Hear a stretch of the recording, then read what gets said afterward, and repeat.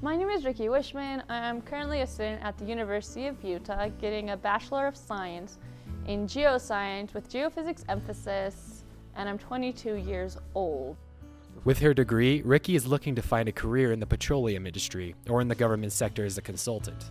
However, her passion is for something else. Majority, what takes a lot of time is horseback riding. I love horses. I currently am a working student at a eventing barn, and I help with my boss with 3 horses, and then I have my own horse, Kira, who just barely turned 3, and I'm breaking in by myself.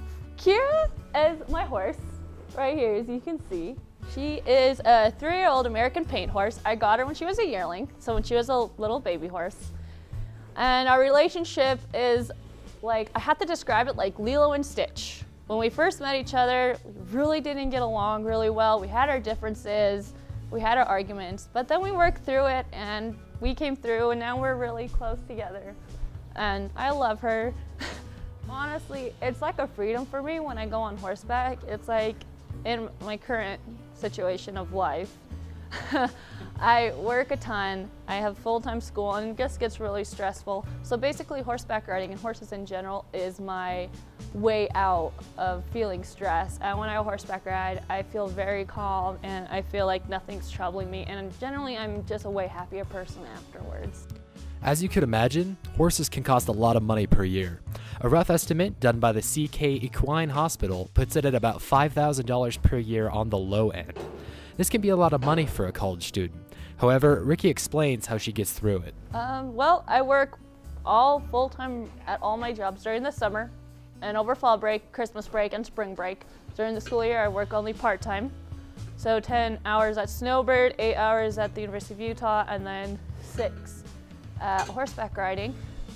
So it's sort of, I don't need to work that much during the school year. So basically, most of my money comes from working during the summer. Well, first I have to feed and water because they need food, and then I'll go around and clean around the barn. And then after that, if I have the time, she'll be finished eating and I'll saddle her up and I'll ride her around a bit, and then I'll go to school or work, depending.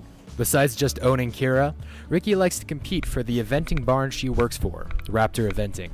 They go to competitions all over the state of Utah and compete for prizes and local fame.